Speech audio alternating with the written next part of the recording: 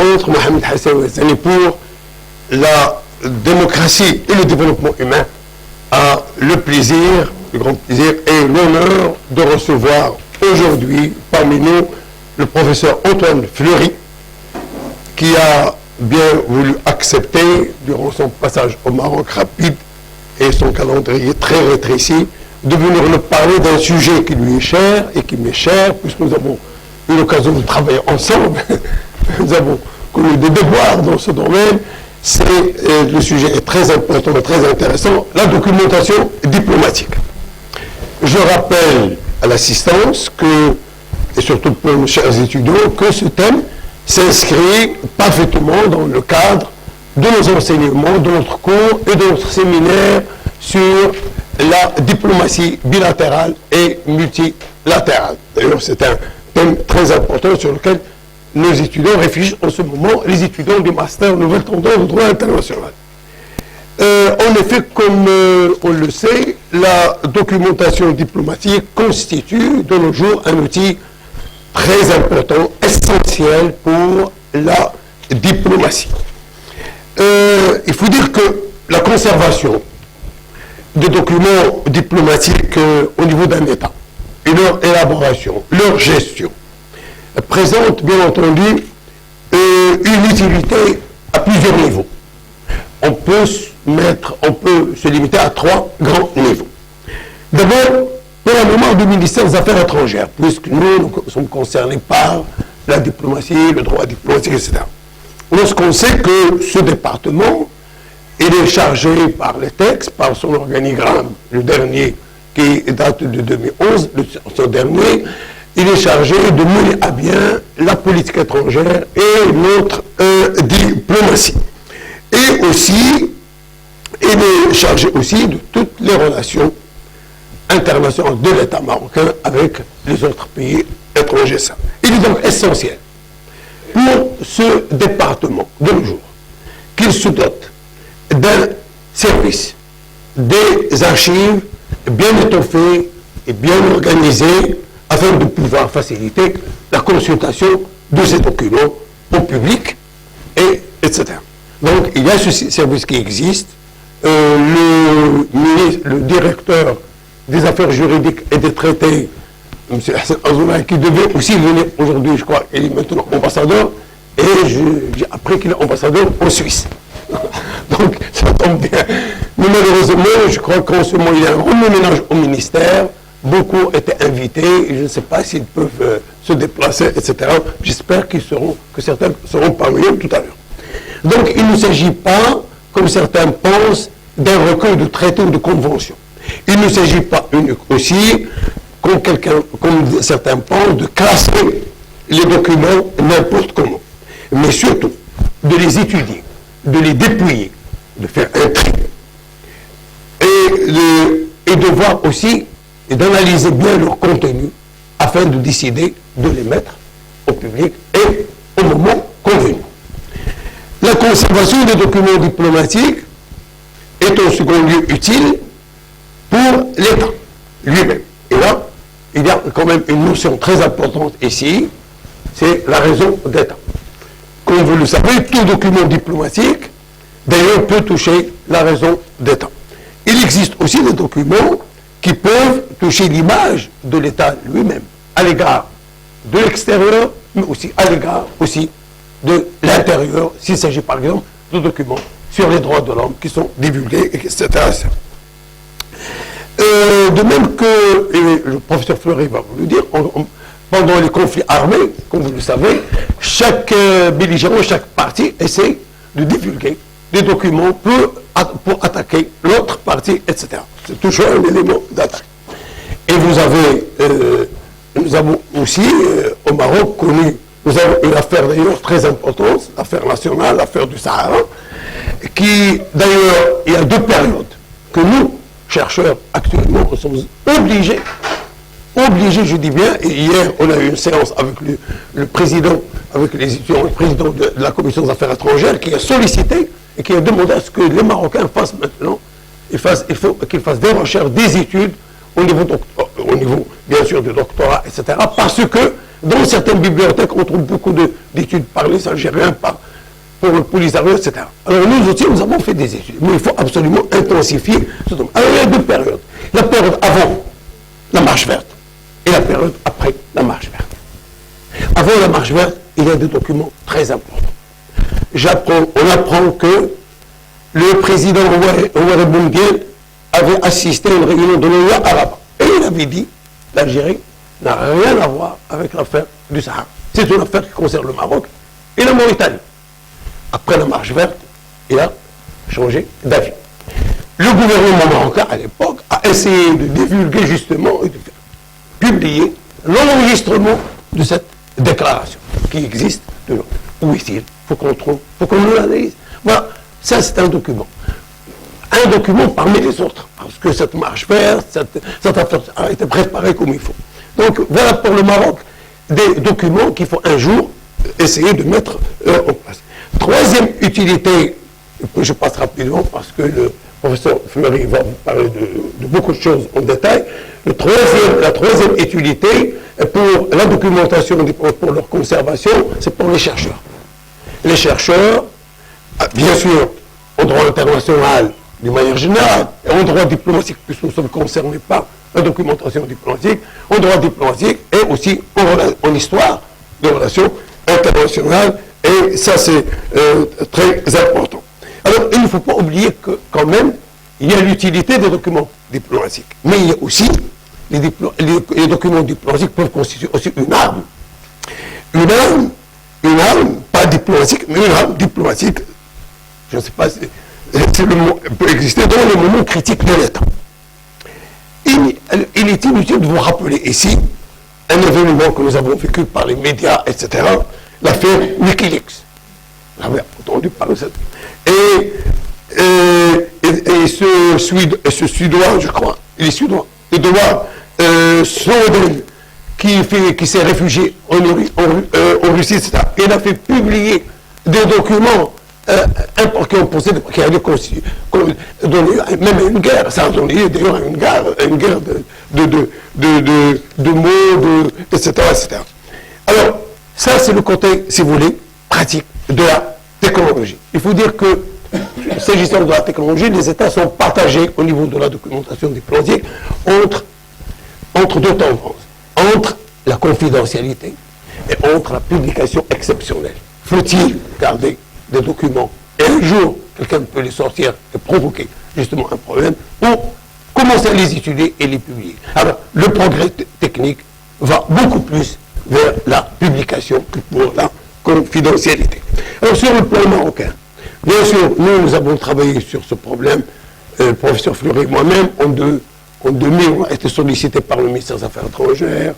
D'ailleurs, c'est un calvaire. On a fait un document très important, on a fait une proposition pour la documentation diplomatique, pour tenir les documents du ministère. Mais au ministère, on a eu des refus parce que c'est toujours la confidentialité. Attention, si les universitaires se mêlent et les professeurs et les étudiants, ils vont découvrir le trésor. Il n'y a pas de trésor. Oui. Alors finalement, ce n'est qu'en 2007. Et en 2007, il y a une loi maintenant, nous avons une loi sur les archives, qui est très importante, heureusement, et les archives sont gérées par le ministère de la Culture. Il y a même un établissement public qui a été créé, un organisme, Archives du Maroc, avec bien entendu maintenant les délais, parce que finalement, on ne peut pas faire consulter au public n'importe quel document. Ce Fleury va nous donner aussi le système suisse. Il y a des documents qu'on ne peut consulter qu'après 50 ans, lorsque une génération est éteinte. Il y a d'autres qu'on peut consulter aussi à 25 ans. Moi, au Quai d'Orsay, je n'ai pas pu voir la période du Maroc 1900 et 1912. C'était une autorisation spéciale que j'avais demandée à l'occasion d'un stage que j'avais effectué. Donc, la loi sur les archives a prévu tout ça. Il a prévu même comment travailler, etc. Il a même prévu des sanctions pour la destruction des archives. Parce que finalement, une autorité publique, lorsqu'il part ou il n'est pas là, ou il est remplacé, s'il se met à détruire des archives, ce sont des archives de l'État, etc. C'est même une lettre personnelle qui lui est arrivée. Une fois qu'il l'a reçue dans son ministère ou dans son service, il devient des archives publiques, etc. Donc, lorsqu'on est remplacé, normalement, on doit quitter avec même un stylo. Même un stylo, il faut le laisser là, pour sortir avec sa veste et sortir. Il laisse tout là. Voilà, si vous voulez, normalement. Tu ris, mais c'est arrivé déjà. Alors, il y a aussi, sur le plan marocain, la Constitution de 2011. Il ne faut pas oublier l'article 27. L'article 27 qui accorde le droit à l'information, mais avec des limites. Limites pour la défense nationale, la sécurité intérieure et extérieure. Et nous attendons une loi d'ailleurs qui va sortir pour réorganiser tout ça. Alors donc, tout ça, s'agissant maintenant de l'élaboration des documents diplomatiques et de leur gestion. Comment travailler, comment élaborer, comment travailler, etc. Je pense que le professeur Fleury est plus compétent que moi dans ce domaine, et c'est pourquoi je voudrais lui céder la parole. Alors, sachant pertinemment que le professeur Fleury, comme vous le savez, il était directeur des archives suisses à Berne, et il allait presque chaque jour, etc. Il était chargé d'ailleurs d'un programme d'édition des documents diplomatiques suisses. Les Suisses, maintenant, je crois, vous avez à peu près 20 volumes, au plus. Moi, je n'ai reçu que quelques volumes. À un certain moment, il m'offrait des volumes, mais après un certain temps, je crois que le jour où tu as tout mis sur le site, mais ce sont des volumes très importants, et nous avons besoin d'une collection pour nos archives ici, au centre. Parce que lui, il est conseiller du centre. Alors, il est en même temps, alors il a travaillé dans ce domaine-là, mais le professeur Fleury, comme vous le savez, il est professeur émérite à l'Université de Genève et aussi à l'Institut de recherche internationale, qui est un centre prestigieux, comme Sciences Po à Paris, etc.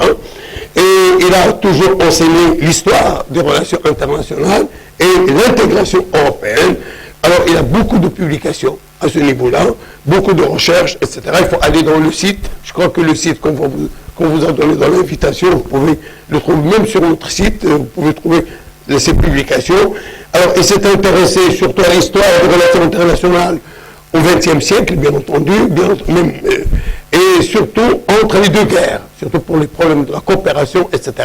Il y a même un article qui a été publié dans un ouvrage qu'on a fait aussi sortir au centre, sur État et société au Maroc, vous pouvez consulter. Donc c'est quelqu'un qui est actuellement très actif, très dynamique dans le domaine, si vous voulez, de la pratique, je dis bien la pratique de ces documents, etc.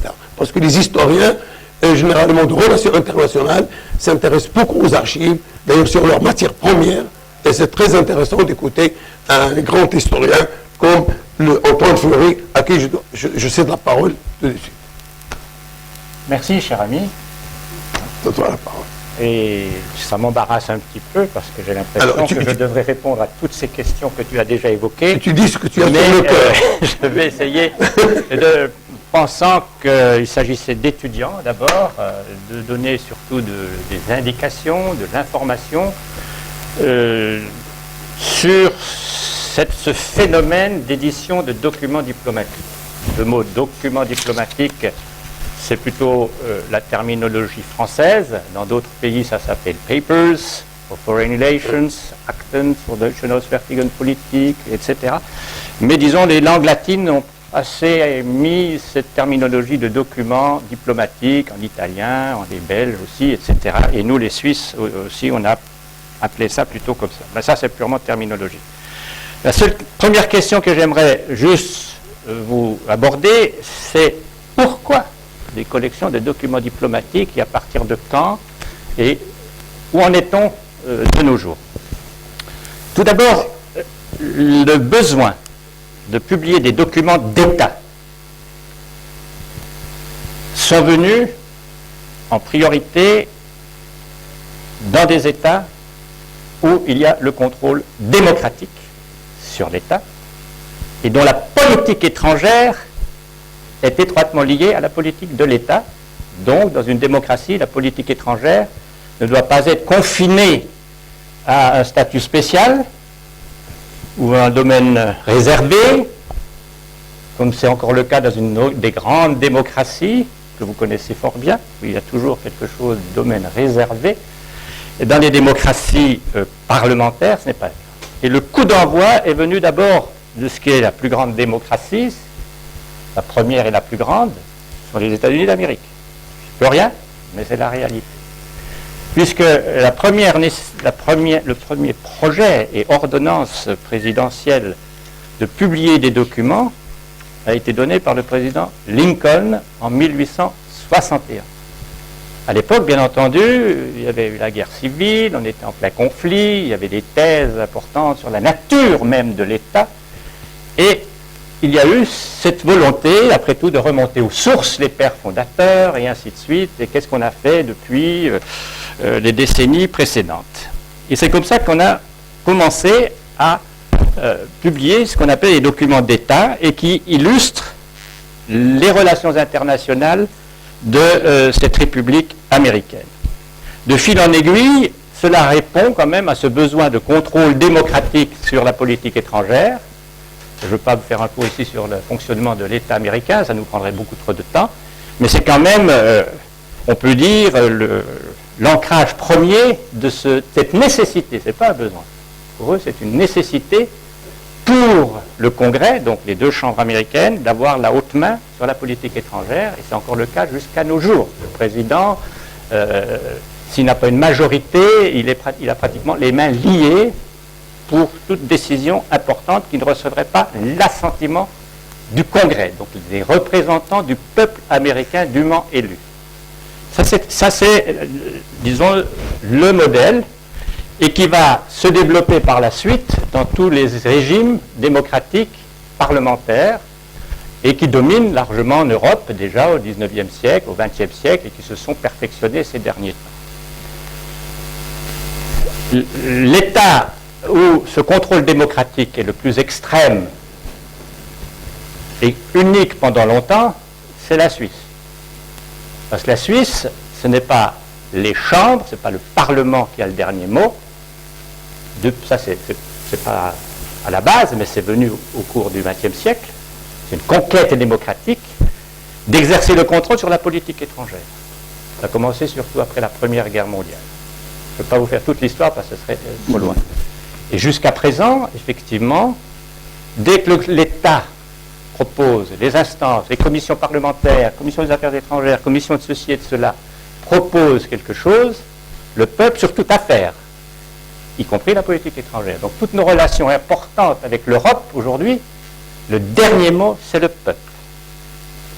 Alors, soit le gouvernement propose, par exemple, un accord, une convention. Si cette convention, alors là les juristes ont beaucoup de travail, on a un truc de juristes, c'est-à-dire si cette convention a une durée de plus de 15 ans, elle doit obligatoirement être soumise au contrôle du peuple. Donc, tous les experts essaient de voir est-ce que cette convention, c'est un simple accord d'une durée ponctuelle, etc. Et si on peut jouer, finasser, comme on dit, autour de cette formulation, on peut échapper au peuple. Mais dès qu'il s'agit d'un enjeu d'intérêt national, le gouvernement doit le soumettre au peuple. Et on est dûment documenté. En rentrant, je devrais voter, par exemple, sur un enjeu colossal de politique étrangère et d'éthique. C'est une initiative populaire. C'est venu du peuple, c'est pas venu là du gouvernement, parce qu'il y a les deux choses. Il y a les obligations pour le gouvernement à soumettre au peuple, mais il y a aussi le droit du peuple d'initiative. Et si l'initiative est souscrite par tant de citoyens, 100 000, le gouvernement, le Parlement d'abord, et le gouvernement doivent se prononcer si cette initiative est acceptable. Ça peut durer quelques années. Donc, et par exemple, en rentrant, nous devrons voter, le peuple, tout un chacun, c'est pas obligatoire le vote, mais ça peut s'exprimer, parfois passionnément, sur le renvoi des étrangers criminels. Vous voyez, c'est grande actualité dans toute l'Europe, etc. Il y a notamment aussi des Marocains, plus ou moins réfugiés, qui ont été en prison. Parlez au consul, vous verrez le nombre de gens qui sont, disons, en mauvaise situation dans les pays d'Europe. Dans le cas suisse, effectivement, comme c'est revendiqué en France aussi, c'est actuellement ce grand débat passionnel d'enlever la nationalité. La déchéance de la nationalité qu'ils l'auraient acquise en double de leur propre nationalité. Les Algériens ont voté hier au Parlement, enfin avant-hier au Parlement, le refus de réintégrer des binationaux qui seraient des repris de justice. Vous voyez où on en est. Le Maroc, ce que je sais, n'est pas disposé à accueillir ces condamnés à l'étranger. qui ne sont pas doubles nationaux, qui sont uniquement avec les porteurs de papier marocain. C'est un élément de crise actuellement entre la Suisse et le Maroc, cette affaire. Donc on va voter là-dessus. Si ça passe, si le peuple approuve, ce seraient des mesures assez radicales et expéditives pour des gens qui sont arrêtés de les expulser. Voilà. Mais les expulser où? Bon. C'est un gros problème pratique. Tous les experts disent que ça ne changera rien à la situation, ils resteront d'une façon ou d'une autre, etc. Parce qu'actuellement, nos juristes avaient déjà prévu beaucoup de choses, qui fait que cette initiative populaire n'est pas vraiment indispensable pour régler ce problème quand même assez minuscule. Ça concerne quelques centaines d'éléments. Voilà. Donc le contrôle démocratique, donc, dans le cas suisse, c'est extrême. C'est-à-dire la politique étrangère, comme tous les autres domaines, sont depuis les années 1920 contrôlés. Le souverain, c'est le peuple. Le gouvernement unanime, le Parlement majoritaire peut être défait dans une de ses propositions par l'humeur du peuple, le cas échéant. Donc c'est très difficile de gérer cette société. C'est pour ça que, contrairement à l'image qu'on a de l'étranger, le débat sur ces questions est très vif. Il est permanent en Suisse et sur toutes sortes de problèmes économiques, fiscaux, etc. Je crois que c'est le seul pays au monde, c'est le peuple qui vote ses propres impôts. Et parfois à la hausse. Et donc, c'est pour ça qu'il est prospère peut-être. Bon, ça c'est un élément important donc de l'origine de pourquoi ces collections dans les divers pays et qui vont, je vais rapidement passer en revue comment cela s'est développé. Mais les origines des premières publications de documents diplomatiques, tu y as fait allusion tout à l'heure, c'était l'apanage notamment des grandes puissances qui éprouvaient le besoin d'expliquer à leurs partenaires, mais aussi à leur propre opinion publique, leur politique extérieure, notamment dans des circonstances de conflit. C'est pas moi fautif, c'est l'autre. Alors c'était ce qu'on appelait les livres de couleur. J'espère que vous en avez quelques-uns dans vos bibliothèques, les livres bleus, les livres blancs, les livres verts, il y a toutes les couleurs possibles et imaginables. Du point de vue de l'historien, dans la majorité des cas, parce qu'on a examiné cette situation, ces documents, pour la grande majorité, sont authentiques. C'est de vraies lettres, c'est de vrais rapports, c'est de vrais entretiens, de vrais protocoles, etc. Le problème pour l'historien, c'est que ça a été choisi en fonction, on dit de façon apologétique, c'est-à-dire pour défendre une thèse. Donc on n'a pas tout publié. On sélectionne ce qui conforte votre position contre un adversaire. C'est pour ça que l'historien professionnel, disons de ma génération, on ne regardait presque plus ces livres de couleurs dont on retrouvait après certains éléments dans les collections scientifiques.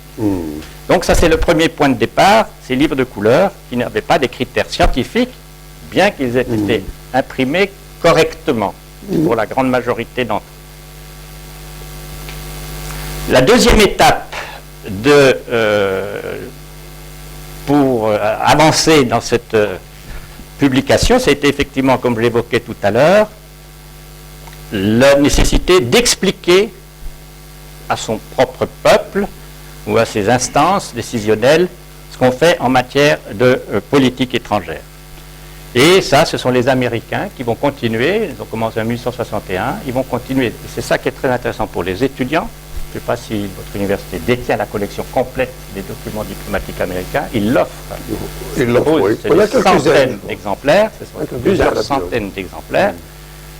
Et je pourrais revenir tout à l'heure, à partir de l'administration Nixon, elle est aussi informatisée. Donc on peut y accéder, on n'a plus besoin des livres, vous pouvez accéder de votre petit ordinateur, vous cliquez Morocco et vous verrez tout ce qu'il y a sur le Maroc. Indépendamment du Wikileaks, qui a sorti des dizaines de milliers d'exemplaires, y compris sur le Maroc. Hein. Ils ont créé quelques tempêtes. Mais il y en a d'autres qui peuvent aussi susciter l'intérêt des chercheurs, des étudiants, parce qu'on parle aussi pas mal du Maroc. Mais pour les périodes antérieures, pour la période que nous avons étudiée, évidemment, il fallait recourir aux volumes papier qui sont édités de façon très systématique et très professionnelle. Bien entendu, cette collection a connu aussi quelques développements. Ça va continuer jusqu'à présent, mais va connaître quelques développements du fait du perfectionnement des sciences historiques et de l'exigence et aussi de l'opinion publique. Il y a fait allusion tout à l'heure. Oui. Les États-Unis ont introduit des lois sur le devoir de publier, de rendre publics les documents, et dans un délai de 30 ans. Donc tous les documents doivent être accessibles dans un délai de 30 ans, sauf si, mais il faut le faire de façon claire et limpide, il y a des critères qui doivent être explicités, quels sont les documents qui sont interdits, donc soumis à la censure, pour publication. Comme la loi marocaine. Voilà. Mais tous les pays ont ça. Oui. J'ai eu un mal fou quand j'étais à Moscou, à l'époque soviétique, pour expliquer, parce qu'ils avaient envie d'entrer aussi dans cette dynamique de publication scientifique. Et c'était pas facile de faire comprendre ce que ça veut dire de publier de façon sélective, sur une base qualitative et critique, les documents, parce que où on publie tout, on publie rien, quels sont les critères, ils avaient beaucoup de peine à comprendre, parce qu'il y avait surtout un problème de censure. Mais dans le cas américain, effectivement, il y a un problème aussi de censure, c'est-à-dire pas une censure dans le sens strict, c'est-à-dire que les documents sont réservés, on attend peut-être 10 ans, 20 ans, 30 ans pour pouvoir les éditer. Et maintenant, dans tous les pays, il y a des critères de cette nature. Je vais expliquer ici dans le cas marocain, libre à chaque État de définir les documents qui seront sous réserve, mais il faut que le chercheur le sache. Il faut l'expliciter pour avoir la crédibilité du chercheur. C'est le droit de savoir. Parce que sinon, un chercheur, quand j'étais à Moscou, j'avais de bonnes relations avec des responsables, il y avait Monsieur Fleury, vous avez le droit de voir tout ce que vous voulez pour vous, parce que vous avez un grand projet, j'ai eu un grand projet avec eux d'édition de documents, et ce qui est vrai, ils me remettaient tout, j'ai dit non, mais vous m'embarrassez. Il faut que ce soit valable pour tous mes collègues. Parce que la base, disons le b.a.-ba, comme on dit, de la démarche scientifique, c'est la possibilité de la vérification. Il faut que n'importe lequel qui lirait un texte que j'aurais choisi ou écrit et que je donne une référence, il faut que n'importe lequel des chercheurs qui s'intéressent à la même chose puisse avoir accès à la même documentation. On sort de ce qu'on appelle la recherche arbitraire ou privilégiée ou commandée, sous mandat, etc. Donc c'est ça le critère scientifique, c'est valable pour toutes les sciences, n'est-ce pas? Les résultats en biologie, s'ils ne sont pas vérifiables, ça ne peut pas, on ne peut pas la répéter. La grande invention, c'est qu'elle n'est pas crédible. Elle est nulle et non avenue. La même chose en histoire, ce n'est pas arbitraire. Nous avons des documents authentiques. Alors le problème, est-ce qu'on a tout publié? Est-ce qu'on a délibérément, en fonction de ma petite idéologie personnelle, de dire « Oh, on dit telle chose sur ceci, on dit telle chose, mais non, je ne suis pas d'accord. » Donc ça, on rentre dans la subjectivité. Elle est effectivement inacceptable dans une démarche scientifique. Alors les États-Unis ont été les premiers, ils servent encore beaucoup de références, mais ils ont aussi leurs problèmes, et on va les retrouver un peu dans toutes les autres collections. Et peut-être on pourrait voir un peu les collections qui existent rapidement, et je vais commenter un peu cette démarche. Il faut attendre l'après-première guerre mondiale, donc les années 20, vous voyez, les Américains, 1861, toute cette période est documentée depuis le début. C'est la France et l'Angleterre qui se mettent à éditer ce qu'on appelle les documents diplomatiques français pour la France, et puis les documents British Foreign Policy pour l'Angleterre. Et là, c'est des collections évidemment très très importantes, et elles ont été provoquées en quelque sorte par le fait que les Allemands ont publié un énorme recueil sur leur propre politique, ils appellent ça die große Politik, en français ils ont traduit la politique extérieure de l'Allemagne, parce que la grande politique c'est autre chose, dont l'objectif était de montrer que l'Allemagne n'était pas nécessairement responsable de la Première Guerre mondiale. Du coup, les Français ont dû sortir plusieurs séries, trois séries de documents pour illustrer la période de 1871 à 1914. Et c'est assez massif, La France était un grand pays, on a bien conquis le Maroc, hein, une grande puissance, et c'est une des plus grandes collections de l'époque. Bien plus importante que celle que l'Angleterre va sortir à l'époque. J'ai ici les chiffres, le nombre de volumes, c'est assez impressionnant. On a beaucoup travaillé là-dessus en tant qu'étudiant d'ailleurs, puisque ces séries étaient à notre disposition. Sur la politique marocaine ou nord-africaine, algérienne, tout, l'Empire ottoman, l'Amérique latine, enfin tout y passe. Et là, on est encore dans une sélection qui a été faite très sérieusement, mais encore, il y avait un côté apologétique, et ce sont ces collections qui ont nourri beaucoup de recherches historiques. Et du fait qu'il y avait plusieurs collections déjà de divers protagonistes de la politique internationale, ça stimulait la recherche, et les Français disaient, mais on n'a pas tout juste. Les Anglais disent autre chose, les Allemands c'est des vrais documents, comment ça se fait, on ne l'a pas.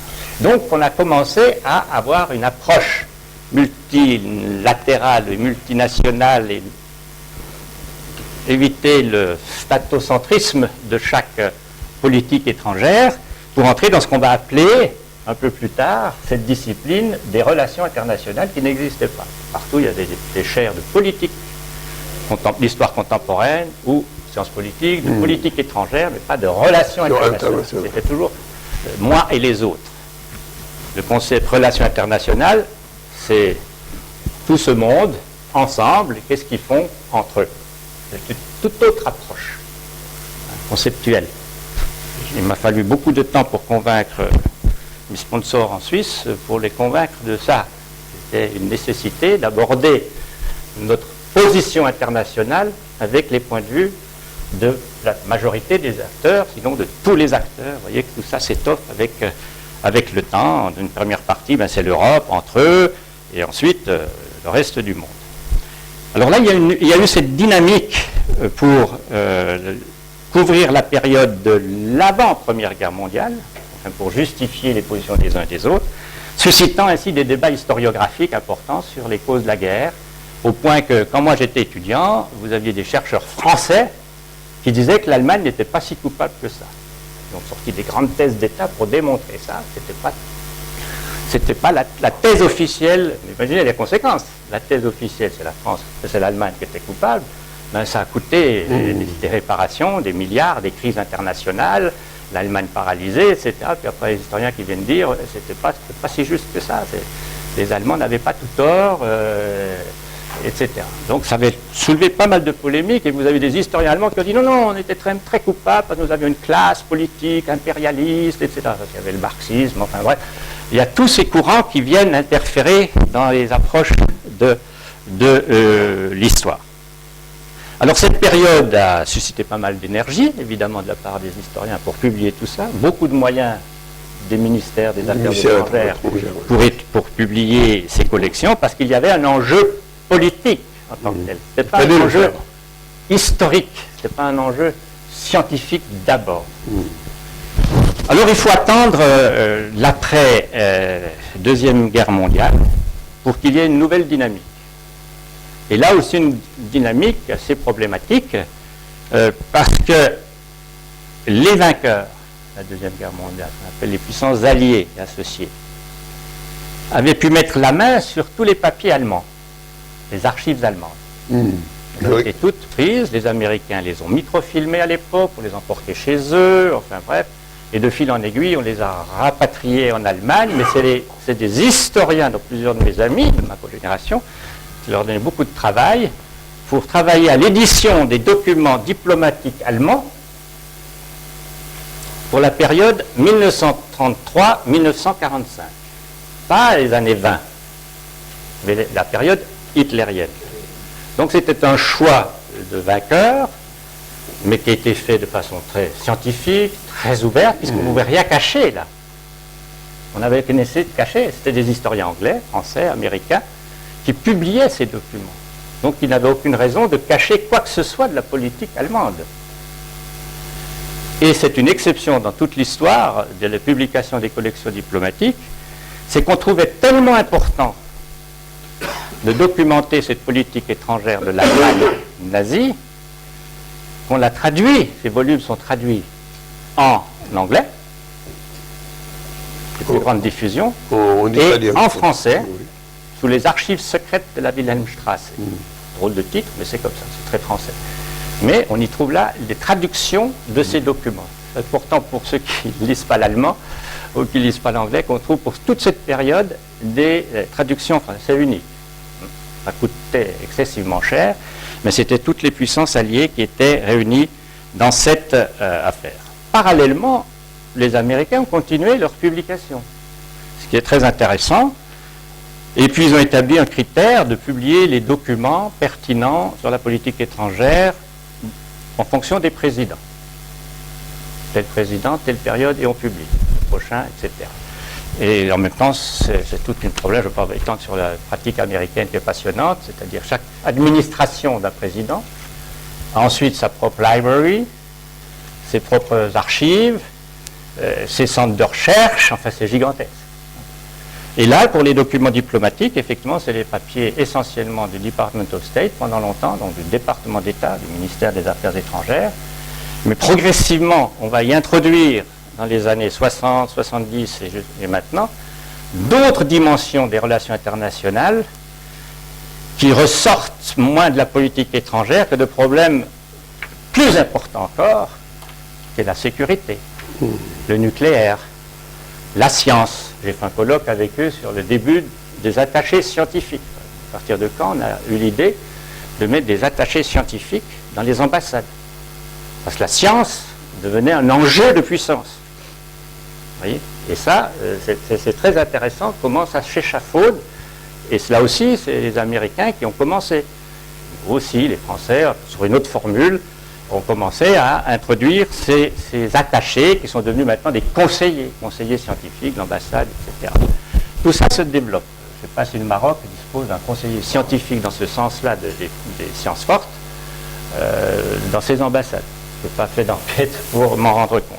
Donc, pour vous dire les développements qu'a connu cette affaire et le problème que ça pose et le professionnalisme qu'il faut de la part des chercheurs qui doivent choisir des documents dans ces archives dignes d'être publiés et mis à disposition d'un public plus vaste. Alors ça, c'est une entreprise, évidemment, qui va se développer, et au point que le concept aussi de la profession des éditeurs et des historiens ont conduit à ce que nous nous organisions. On s'est retrouvés en 1989 au Foreign Office à Londres. On était 8 éditeurs de documents diplomatiques. On est parti très modestement, très pragmatique, sans moyens, sans rien, juste le Foreign Office nous a invités. Ensuite, l'idée que chaque pays membre de ce petit club qui naissait va constituer un groupe de coopération, s'entraider, identifier des personnages, et ce groupe-là, qui partit très pragmatiquement, a montré son utilité. C'est-à-dire une concertation entre éditeurs de documents diplomatiques dans une perspective au-delà de la nation. Donc, pour dire, c'est le domaine des relations internationales. Tous les Américains, les Japonais, les Français, tous ceux qui vont participer, les Italiens peuvent apporter à la compréhension de ce problème, eh bien, c'est tout bénéfice pour tout le monde. Donc, ça permet de progresser dans la connaissance d'un problème, d'un conflit, des enjeux, et on évite ainsi de nourrir la conflictualité à travers des documents, comme ça a été longtemps le cas, et comme ça arrive encore dans la presse. Je vous donnerai un exemple tout à l'heure. La presse, les journalistes doivent souvent faire un scoop en dénichant, j'ai vécu ça souvent, n'est-ce pas, parce qu'on leur parle d'un document, et eux ils en font un scoop. Nous c'est un document de découverte qu'on va confronter avec d'autres, etc. Non mais ça pourrait faire parler de moi, de mon journal, etc. Et puis ça peut connaître l'emballement. Alors ça, on pourra y revenir tout à l'heure. Alors dans les années 60, après cet intérêt pour la collection allemande qui arrivait à bout, on assiste au développement de nouvelles collections, y compris en France. Les Français lancent des projets pour rééditer aussi les collections de la Première Guerre mondiale, de l'entre-deux-guerres, et c'est pas fini. Plusieurs de mes collègues qui font ça, il y a un manque de moyens, enfin bref, c'est des problèmes financiers. parce qu'on fait, est-ce qu'on fait 4 volumes, est-ce qu'on fait 15 volumes, tout ça coûte excessivement cher. Et actuellement, avec les restrictions, j'ai des amis qui sont bloqués à 1923, ils ont juste pu documenter l'OTAI au Maroc, c'est passionnant d'ailleurs, ce qu'ils ont publié sur le Maroc. Et donc, voilà, au jour, on leur dit, les technocrates leur annoncent qu'ils ne peuvent plus continuer à publier, faute de moyens, mais on reviendra, on n'a pas abandonné, etc. Donc, la France a connu plusieurs séries, y compris certaines périodes sont complètement terminées de l'entre-deux-guerres, et puis on a continué après 45, 40, 44, 45 et suivante, 54 et la suite, toute la décolonisation, toutes les négociations avec le Maroc, tout ça sont très bien documentés actuellement dans les documents diplomatiques français. Donc là, il y a une mine des mémoires pour des thèses. Ils existent au Quai d'Orsay. Oui. Bon, ça évite d'aller au Quai d'Orsay, évidemment. On n'a pas pu les repatrier. Après, on peut y aller pour affiner, mais disons, quand même une sélection de documents. Sur un dossier de 100 documents, on en retient peut-être 10 et encore, qui sont considérés comme essentiels.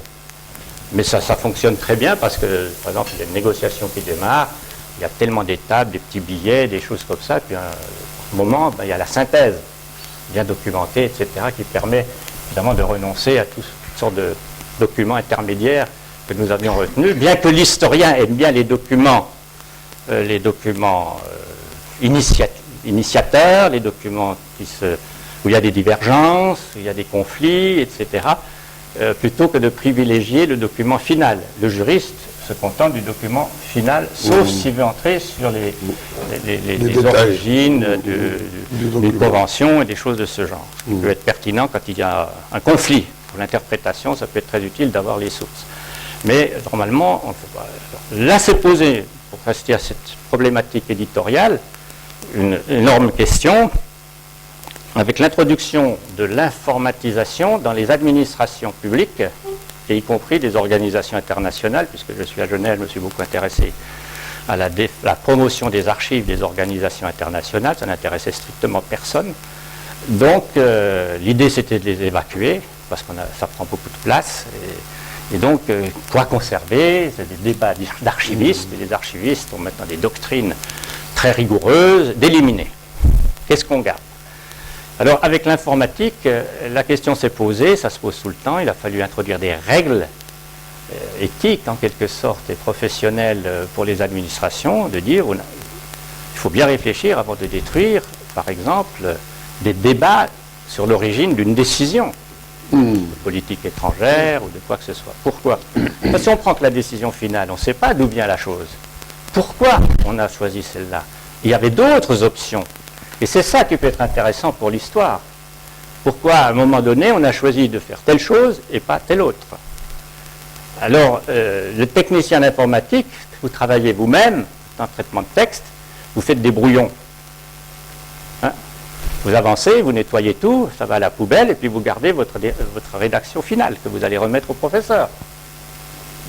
Donc, un fonctionnaire qui commence à travailler comme cela, il évacue évidemment tout le processus décisionnel et le danger aussi au nom de, comment dire, de la transparence. Qui fait quoi? Est-ce que c'est venu d'en haut, est-ce que c'est venu d'en bas, mais d'en bas de quel côté? De la gauche, la droite, le centre, idéologie, enfin ouais. Si on a perdu ces traces-là, évidemment, on n'a plus que la décision finale, avec le danger que celui qui a signé ce dernier document se l'attribue. Puis quand on va gratter, on découvre que ce ministre ne s'est jamais intéressé à tel problème. De toute façon, ça peut être un problème pointu de science ou de technologie, il ne connaît que dalle, mais c'est lui qui doit signer le document. Mais qui c'est qui est à l'origine? Alors il faut tout coder, codifier pour qu'on puisse remonter et convaincre qu'il faut garder certaines traces dans ce qu'on appelle un processus de décision. Mais ça, c'était un combat qui n'existait pas avant, puisqu'on gardait tout. Les brouillons, les ratures, etc. Donc, dans un traitement de texte, il n'y a plus de ratures. Donc, tout est clean, tout est parfait. La tentation est très grande de dire, après tout, maintenant, pourquoi garder ces choses, ces versions antérieures, où il peut y en avoir 15, et puis qui sont venues de telle commission. Vous voyez, par exemple, l'échec d'une proposition peut venir de telle commission, et puis on va soupçonner que ça vient de l'autre. Et c'est pour ça, dans des débats qui peuvent venir après coup, il est toujours bon de garder les documents. J'ai évoqué le problème de garder des documents ou pas.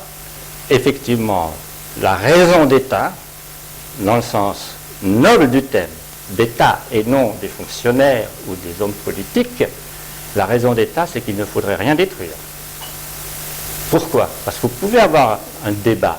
On en a eu ça, j'ai vécu ça. On a eu des débats, et tout à coup, des gens très intéressants posent des questions, mais qui est le responsable de ça? Mais c'est ce dirigeant, il était ministre à l'époque, il était chef de ceci. Ah, puis ça ne m'étonne pas, vu son idéologie. Voilà pourquoi on a pris cette décision. Et en même temps, il y a des personnages politiques qui peuvent avoir une bonne réputation, puis un beau jour, cette réputation est flanquée par terre par une autre coalition de pouvoir et de force, etc., qui dénigre le prédécesseur. Donc, en conservant tout, moi j'ai vécu ça aussi chez nous, un ministre devait à un moment se défendre, on a dû lui dire, c'est le cas exemplaire, c'est comme aux Nations Unies, c'est le cas d'un secrétaire général des Nations Unies, Kurt Waldheim. Ça vous dit peut-être rien, mais pour la jeune génération, enfin, c'est quand même le personnage le plus important des Nations Unies. À partir de certains moments, notamment liés à des problèmes du Moyen-Orient, les oppositions de l'ONU, je ne vais pas entrer dans ces détails pour l'instant, on s'est dit, mais ce secrétaire général qui prend de telles décisions, qui ne sont jamais grandes, mais enfin il encourage, hein, le secrétaire général, il arbitre, etc., il influe, certes un peu, mais bon, on s'est dit, mais ce monsieur était un lieutenant de l'Wehrmacht en Yougoslavie, de l'armée allemande en Yougoslavie pendant la Deuxième Guerre mondiale. C'est un jeune homme, lieutenant, pas grand-chose, mais c'est un... Sa troupe, apparemment, aurait contribué à l'élimination de résistants, d'opposants. Donc ce monsieur, fatalement, donc, il est antisémite, il est ceci, il est cela. Enfin, le brave monsieur a risqué son poste. Hein. Il avait été ensuite d'abord aussi chancelier de la République d'Autriche. D'Autriche. Oui. Et sa fille, enfin, qui est au responsable, enfin bref. C'était devenu un enfer. Le problème qu'il y a eu, c'est que il y a eu toutes sortes d'enquêtes qui ont été mandatées contre lui, et puis aussi pour le défendre. Résultat, on ne trouvait pas grand-chose. On ne doit rien trouver de condamnable, personnellement, sauf le fait qu'il appartenait à un élément de l'armée allemande. Donc il ne pouvait pas se justifier, lui, comme quoi il aurait protesté, ou qu'il était mis devant un massacre, il aurait démissionné. Non, un truc aussi héroïque n'est pas attestable. Mais on ne peut pas non plus dire qu'il aurait donné un ordre de tuer ceci, de ce groupe, etc. Donc, nous étions confrontés à un problème de ce genre. Notre gouvernement avait décidé de détruire des documents secrets, ces conversations, celles qui ne sont pas transcrites. Et j'ai vérifié que, pourquoi il y a des documents secrets en Suisse, c'est pas possible. En fait, on a une démocratie, on y a droit. Et en fait, c'était purement technique, si l'on veut. C'était les brouillons du chancelier qui notaient les conversations du gouvernement avant de procéder à la décision. C'était sur des petits cahiers noirs. Donc, fallait-il les conserver? Et puis la décision était pratiquement prise, oui, parce que, vu le système politique suisse, les décisions sont collégiales. On ne sait jamais lequel des 7 membres du collège gouvernemental, qui sont tous par rotation président de l'État, de la Confédération, comme on dit, donc sont égaux. N'importe lequel peut se prononcer sur le dossier de l'autre, dire je suis pour ta solution ou contre ta solution. Donc dans ce carnet, les positions de chacun étaient détaillées. Nous, historiens, quand on a travaillé sur cette période, on s'est dit, mais tout ça après, ça a été supprimé, c'est-à-dire c'était dactylographié, c'était archivé. Mais il y a eu une période, pendant plus de 20 ans, c'était sur cette forme-là. Arrive une polémique sur la responsabilité de certains membres du gouvernement devant l'histoire. Résultat des courses, quand on allait regarder, on disait, mais on prête des intentions à ce personnage qui ne correspondent absolument pas à ce qu'il a dit et fait. Mais c'était parce que l'idéologie avait tourné, vous voyez, il était tel milieu, il avait potentiellement, il était disposé à ceci, etc. Et c'est comme ça qu'on a pu argumenter avec l'archiviste de la conférence pour dire, après tout, mieux vaut les garder. Regardez le cas Waldheim. Son drame, c'est qu'on pouvait dire ni oui ni non. Il y a un grand doute. Mieux vaut pouvoir se défendre. Quelle était la vraie position? Souvent, il y a des enfants, petits-enfants, qui disent même notre grand-père n'avait pas fait ça, c'est pas possible, etc., etc. Et donc, c'est comme ça qu'on a pu conserver. Et depuis lors, ces documents dits importants méritent vraiment d'être conservés de mon point de vue. Alors, est-ce qu'ils doivent être accessibles à la recherche? Là, il y a des critères, effectivement, qu'il faudrait élaborer dans chaque État pour être, disons, compatible avec une analyse, on pourrait dire, contemporaine, et en tout cas démocratique, puisque tous les États se réclament un peu de démocratie, de transparence, tu as évoqué tout à l'heure, le droit à l'information. Droit du savoir. C'est venu aussi de la part des États-Unis en premier, cette histoire de droit à l'information, c'est terrible là-bas, mais avec des effets boomerang, c'est-à-dire l'augmentation des domaines réservés pour des raisons de sécurité intérieure et internationale. C'est ce qui se passe un peu maintenant partout, mais ces critères, le chercheur en est informé, conscient, et donc il peut toujours, dans son interprétation, sous réserve de pouvoir avoir accès à cette information, je peux affirmer telle chose. C'est ça l'approche, si l'on veut, scientifique qui rentre dans l'histoire diplomatique, alors que pendant longtemps, l'histoire diplomatique, disons, radotait un petit peu ce que les gouvernements voulaient bien qu'on retienne de leurs propres actions. Alors, on aurait beaucoup de choses à dire, évidemment, sur toutes ces séries. On a beaucoup collaboré depuis 1989 à nos jours. Les 8 États qui étaient membres de ce club très sympathique s'est étoffé. Actuellement, il y a plus de 38 États qui travaillent à des éditions de documents diplomatiques. C'est dans ce contexte-là que j'avais souhaité que le Maroc avait une opportunité extraordinaire à jouer, c'est-à-dire de devenir membre de ce club. Il aurait été le premier pays africain, le premier pays arabe, pas tout à fait le premier asiatique, mais enfin... On a arrêté le poche. Voilà. Pour montrer sa transparence, quitte, on avait bien discuté de ça, à définir les périodes qui seraient pleinement documentables, librement documentables pour l'ancien Maroc. C'est quand même, le Maroc est un État quand même extrêmement intéressant puisqu'il a une longueur historique, une profondeur historique sur des siècles, donc il n'a qu'à choisir. Et puis il y a cette période de négociations internationales sur le Maroc jusqu'à Algésiras, qui est vraiment, la grande diplomatie européenne et mondiale. Et puis après, il y a le protectorat lui-même, encore soumis, enfin, je ne vais pas reprendre ta thèse, n'est-ce pas, soumise, les Français devaient respecter toute une série de contraintes extérieures, bien qu'ils ont fait frein de l'ignorer. Mais chaque fois qu'il y avait un conflit, vous avez les Américains qui levaient la main, ou l'Allemagne, et après tout, nous avons des droits au Maroc. Mais pareil en Syrie et au Liban, qui étaient des mandats de la Société des Nations. Vous voyez, donc tout ça, c'est des périodes qui auraient pu être documentées diplomatiquement de façon très très originale. Et puis après, arriver, disons, à la période du nouvel État marocain, les débuts, les négociations, et puis ensuite trouver des critères à quel rythme on va, en fonction de ses moyens. Ça, c'était une perspective qui aurait été sympathique pour positionner aussi le Maroc. La position internationale du Maroc. Il ne s'agissait pas de défendre en tant que tel le Maroc, mais de montrer que le Maroc n'a rien à cacher. Il est dans le jeu, les puissances s'intéressent à ce pays, il peut révéler des choses, il est utile à certaines choses, etc. C'est un peu tous ces arguments que moi j'avais aussi essayé de faire en ce qui concerne la Suisse, qui est un petit pays au cœur de l'Europe. Et l'attitude fondamentale des Suisses, peut-être proche de celle des Marocains, c'est de dire, de toute façon, nous n'avons pas de politique étrangère. Moins on parle de nous, mieux on se porte. Ça, c'est l'art des Suisses d'être modeste et de passer inaperçu. Et comme ça, on n'a pas de conflit avec quiconque. Et si on en a, il vaut mieux se taire et régler ça pragmatiquement. Sauf avec Kadhafi. Non, Kadhafi, c'était très bien. On a eu un petit incident à cause de son fils, mais sinon avec lui, c'était au contraire.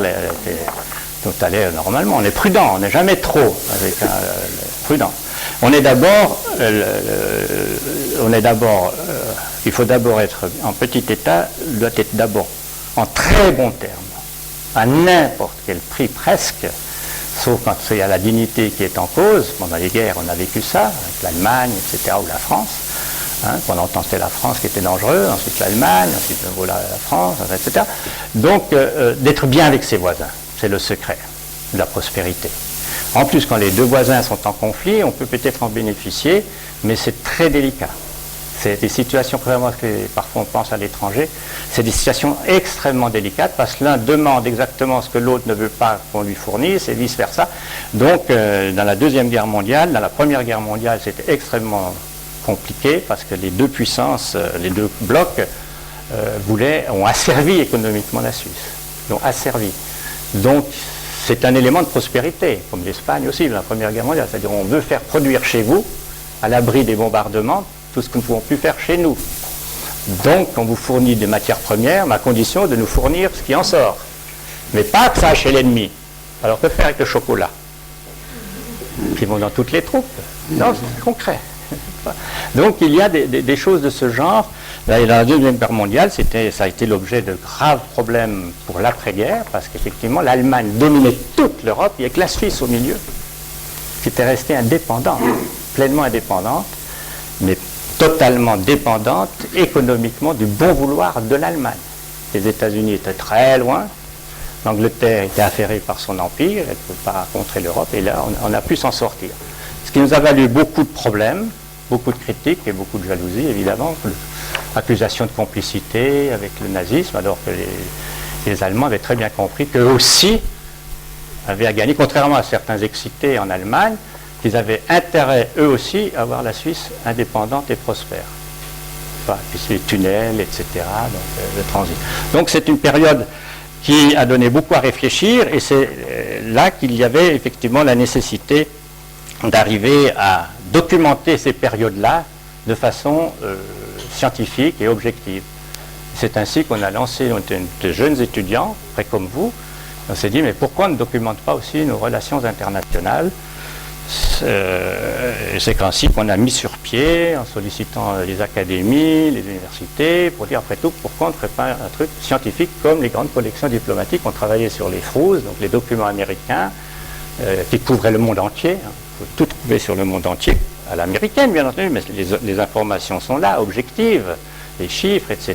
Il suffit de les manipuler de façon critique, mais sur la Suisse, on n'a rien à mettre entre les dents des chercheurs, des étudiants. Alors donc, il ne faut pas s'étonner s'ils ne font pas de thèse, s'ils ne font pas de mémoire, etc. Donc, il faut leur fournir les choses. Et c'est comme ça qu'on a lancé une initiative en 1975, je n'ai pas fini ma thèse, sur pourquoi pas une collection de documents diplomatiques.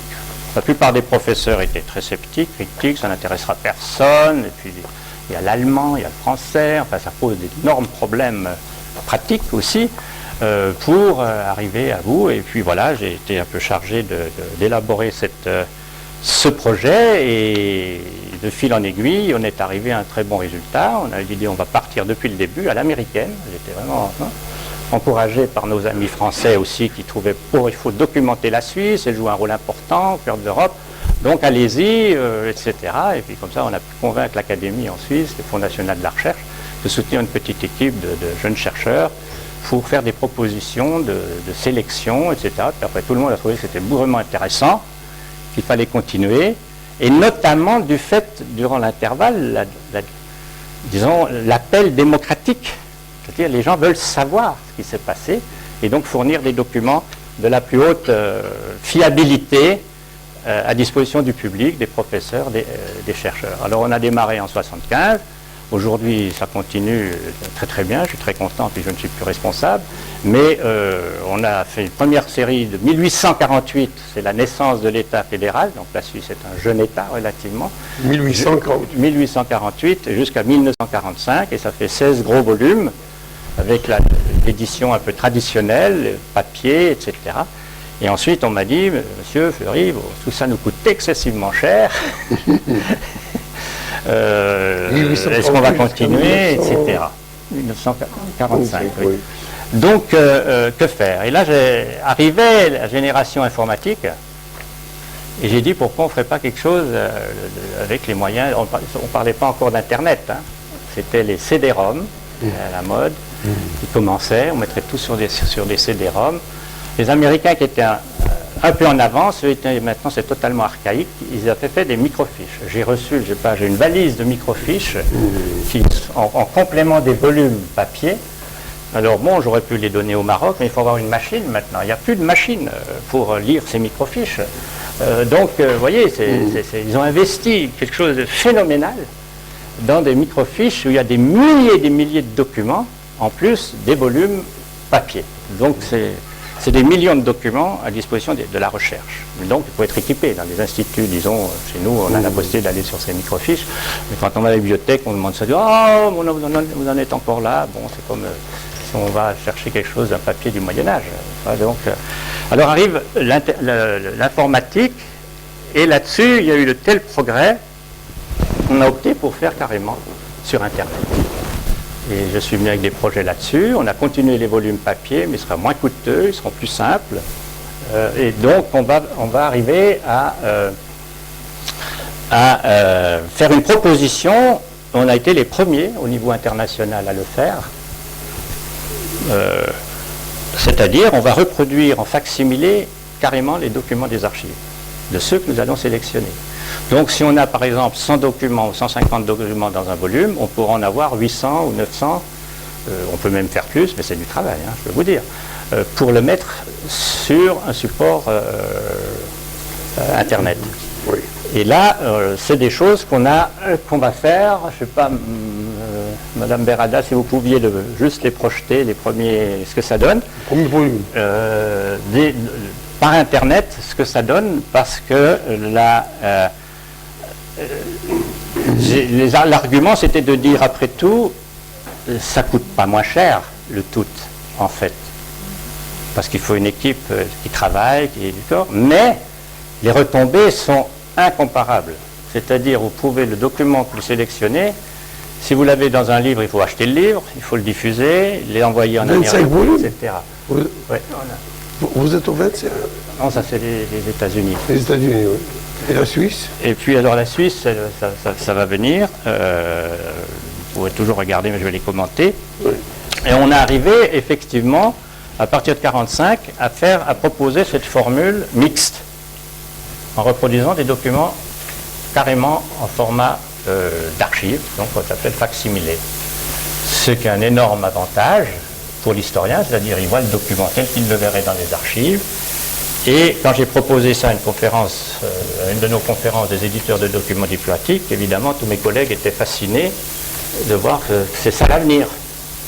Alors du coup, les Hollandais s'y sont mis, les Américains ne s'y sont pas encore mis vraiment, mais ils sont allés vers l'informatique, mais pratiquement de documents qui ont été saisis, comme pour l'impression, parce qu'il y a des problèmes juridiques que nous n'avons heureusement pas abordés. Je dis toujours à mes collègues, n'allez jamais poser une question à un juriste, parce qu'il y aura un problème. Ça ne se fait pas. Et c'est exactement ce qui est arrivé.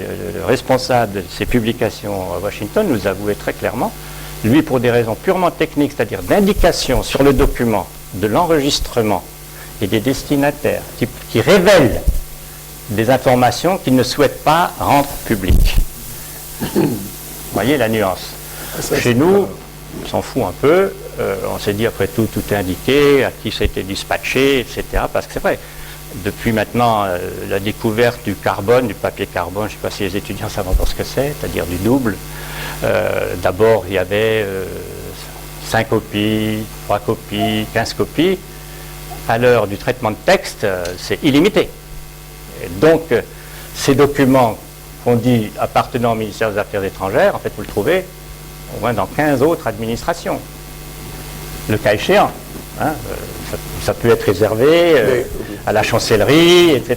Tout ça, c'est celui qui dispatche qui peut dire copie envoyée à tous ceux qui sont concernés. Par exemple, qui s'intéressent à tel problème.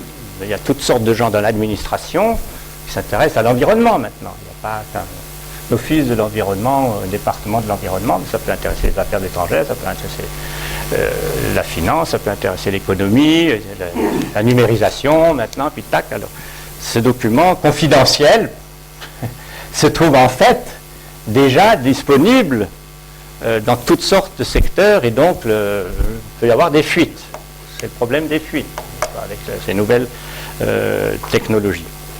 Alors on est allé dans cette direction et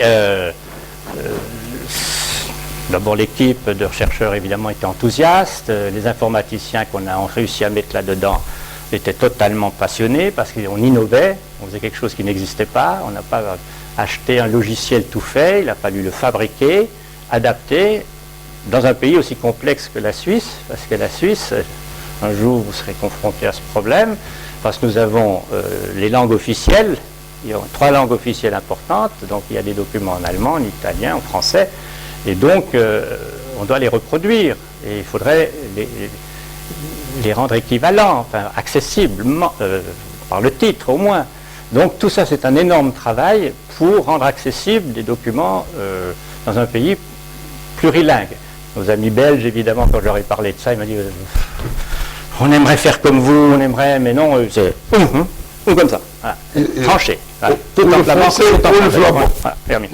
Chez nous, non, on doit être américain. Donc au Maroc, ce sera arabe, français, espagnol, amazique, etc. Enfin, bref, non, mais j'imagine que dans la documentation, vous avez tout ça, toutes sortes de langues. Oui, la Constitution le prévoit. Donc ça suppose qu'il faut une génération de Marocains, elle a toujours existé, mais qui se développe multilingue. Ne serait-ce que pour travailler dans une petite équipe, par exemple, comme celle-ci. Je crois qu'il faut publier les documents dans la langue où ils existaient. Oui, c'est ce qu'on fait, mais il faut la rendre accessible. C'est ce qu'on va faire, nous. Voilà, c'est ce qu'on fait, c'est ce on est obligé, nous, de faire. On est obligé de faire cela. Et voilà un peu le choix fait. Alors, pour vous mettre un peu l'eau à la bouche, j'avais sélectionné, puisque je suis arrivé sans document, mais heureusement, grâce à Internet, j'ai pu retrouver des documents. Maïke Vaille et Madame Berada m'a beaucoup aidé pour essayer de vous présenter 2-3 choses. Et effectivement, dans notre collection informatique, puisque je n'ai pas les volumes, je n'ai pas apporté, donc grâce à l'informatique et nos documents sur Internet, j'ai pu accéder à une série de documents qui peuvent vous montrer l'intérêt, effectivement, de ce type de publication, par exemple, pour le Maroc. Alors, un premier document un premier type de document que j'avais d'abord imaginé vous montrer comment la publication des documents peut être d'actualité et répondre à un scoop dans la presse et un vaste débat qui va générer la presse. Il y a 3 semaines, un journaliste a sorti un livre, voilà. Alors mon équipe, on a constitué ce qu'on appelle des dossiers. Alors en fonction de l'actualité, ils ont réagi très vite. Il y avait un article dans la Neue Zürcher Zeitung qui est sans doute le journal européen sinon au monde de meilleure qualité. Malheureusement, il est en langue allemande. Mais enfin, c'est la Gazette de Zurich, la NZZ, comme on l'appelle, un journaliste a publié un article dans ce journal. Il a écrit à propos d'un livre qu'il vient de sortir en allemand et qui a suscité une vaste polémique. Parce que ce journaliste a prétendu que le chef de la diplomatie suisse de l'époque, des années 60, fin des années 60, début 70, très connu, très respecté, et qui est décédé depuis longtemps, aurait négocié avec le ministre des Affaires étrangères, il ne s'appelait pas ministre, M. Kadoumi de l'OLP, à la suite d'une vague d'attentats dont des avions Swissair et autres avaient lieu après les incidents de Munich, enfin je ne sais pas si vous connaissez les massacres de Munich, etc. Des détournements d'avions en Jordanie, à Zarqa, 3 avions étrangers, dont un Suisse, des attentats sur un avion entre Zurich et Munich, apparemment le terroriste s'était trompé d'avion, il aurait été dans un avion d'El Al, enfin bref, il y a beaucoup d'incidents de ce genre, et alors il brode là autour en disant qu'on en avait assez, et qu'il faut discuter avec le représentant de l'OLP. Et il y aurait eu un entretien entre le ministre des Affaires étrangères suisse et l'OLP pour faire un deal en disant on va vous faciliter les séjours en Suisse, etc., puisqu'il y a Genève, n'est-ce pas, l'OLP était déjà présente, mais pas formellement, elle n'était nulle part reconnue véritablement. et en échange, vous arrêtez le terrorisme. Or, on sait que le terrorisme n'était même pas le fait de l'OLP, c'était le fait du FPLP qui était lié à l'OLP. Mais enfin, déjà un problème. Alors du coup, nous avions publié des documents sur cette période, on n'a rien vu de pareil. On s'est dit, mais alors est-ce qu'on a raté vraiment un événement, une note, un truc, un déplacement, etc. Moi, je me souviens très bien de Kadoumi qui était venu à Berne la première fois, enfin bref, ça avait soulevé des tempêtes, parce qu'il y avait le lobby israélien qui était contre, enfin bref. Ça nous paraissait invraisemblable, et qu'en plus, il aurait, ce ministre, fait tout ça secrètement, tout seul, sans en avertir ses collègues. Dans un cas comme ça, il y en a eu 2 dans l'histoire, le ministre doit disparaître, c'est-à-dire il doit démissionner. C'est un scandale. Comment il a pu prendre une initiative pareille? C'était dans la Première Guerre mondiale, à propos de Lénine. Le ministre avait favorisé le contact avec Lénine et les Allemands, enfin bref, la paix est séparée, enfin ça avait fait un tel scandale qu'il a dû, c'était un des plus brillants, un membre du gouvernement, mais enfin il a dû démissionner. Donc, que s'est-il passé? Alors, mon équipe a tout de suite mis ça au point, sur son site, où d'autres journalistes ont pu venir puiser en disant, après tout, il n'y a rien de cette nature dans notre documentation. Donc ce journaliste affabule à l'aide d'un personnage très connu et très médiatique qui aurait joué un rôle à l'époque, militant socialiste, international socialiste, M. Jean Ziegler, auteur bien connu, etc. Enfin bref, et lui il disait, je crois me souvenir, oui, j'ai mis en contact, j'ai pas participé, mais j'avais mis en contact, M. Kadoumi venait déjeuner chez moi, enfin bref, etc. Donc il parle comme ça, il adore évidemment se montrer ça, mais les dates ne jouaient pas, que s'est-il vraiment passé, si bien qu'il y a eu toute une polémique sur un doute sur les documents, on a utilisé les documents. Alors, en utilisant nos documents, évidemment, il n'y avait rien de pareil. Ça n'existe pas. Donc, c'était affabulé. Les dates ne jouent pas. Il y a eu des contacts, bien entendu, avec Kadoumi et le gouvernement, mais au vu de tout le monde, mais pas en catimini, voir un ministre suisse des Affaires étrangères décider une chose aussi importante en catimini, sans en avertir les services de sécurité ou quoi que ce soit. Donc, c'était vraiment... Alors là, il y a un document qui montre la problématique, je ne sais pas si vous... parce qu'il est en français... vous voyez, c'est une décision du Conseil fédéral où là, on décide l'ouverture d'un bureau d'observation de l'OLP à Genève, etc. C'est une décision qui remonte au niveau du Conseil fédéral. Toutes les choses importantes doivent être l'objet d'une décision du Conseil fédéral. Et il n'y a plus de secret possible entre eux. Et ils sont dans les documents. Comment? Oui, toujours. Mais il n'y a pas eu du tout, on ne voit absolument aucune affaire, ça fait une sorte de deal entre... voilà. Alors voilà l'utilité que peut avoir une documentation qui existait. Il aurait pu aller voir cette documentation pour vérifier. Mais au moment où il y a une polémique tous azimuts, moi-même j'ai été interviewé juste avant de venir au Maroc à ce propos, à la radio, pour dire ce que j'en pensais, etc. Donc, c'est des choses qui montrent qu'une publication scientifique, systématique, peut être vitale. Pour régler un problème. Mais comme il y a des fonctionnaires qui sont toujours impressionnables, maintenant il paraît qu'ils ont mis une commission, ils vont encore voir, enquêter, ce qui se serait passé, etc. Comme s'il y avait plus compétents que ceux qui sont allés aux sources. Mais bon, ils ont du temps à perdre, c'est par rapport aux médias. Il y en a qui sont contents de faire mousser les choses. Autre chose, juste très rapidement, concernant l'histoire du Maroc, j'avais sélectionné 4 documents, juste pour vous les montrer ce que ça donne. Un premier document, c'est le 1983. Il est au tableau. 1900 Voilà. Alors c'est en allemand, vous voyez, c'est un document très important au niveau du gouvernement. 1955.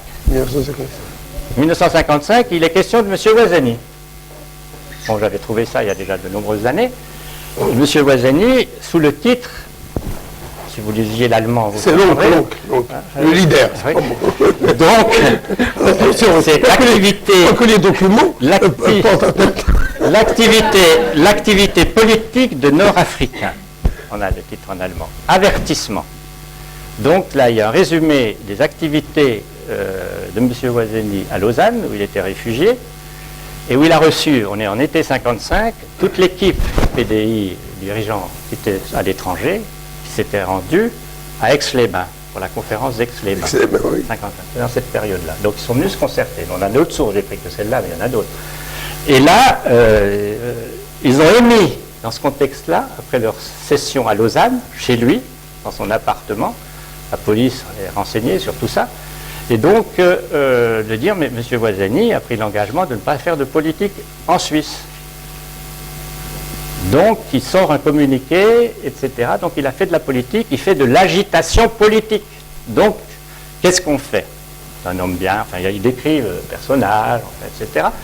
Il a été tranquille, il ne nous a jamais perturbé, enfin, etc. Mais d'avoir fait un communiqué, où il y avait M. Cherkaoui, M. Bensouda, enfin, toute l'équipe de son parti qui était venue à Lausanne pour aller à Aix-les-Bains. Lui, il n'a pas voulu aller à Aix-les-Bains par prudence. Hein, attention, il n'était pas convaincu que ça allait donner quelque chose. Il a eu raison. C'est devant l'histoire. Enfin, donc là, il y a simplement la décision du gouvernement de dire on va gentiment avertir M. Voisani, sans autre, qu'il faut cesser ce genre de choses, sinon on ne pourra pas tolérer plus longtemps sa présence dans nos murs. Voilà. Ça, c'est le document, c'est clair, net, on peut broder autour, etc. Il y a d'autres paquets, il a eu d'autres. Il m'a lui-même raconté cet événement, n'est-ce pas? Mais les journaux ont parlé de lui, enfin bref, à l'époque, du parti, de ses activités, de la démocratie, enfin bref, si on regarde les journaux là-bas, dans ce contexte-là, c'est très intéressant. Ensuite, il y a d'autres documents. Vous voyez, la publication d'une source ponctuelle doit inciter le chercheur à dire, tiens, voilà, il y a une piste. Après, c'est le fil d'Ariane qu'il faut tirer. Qu'est-ce que je vais chercher pour comprendre, etc.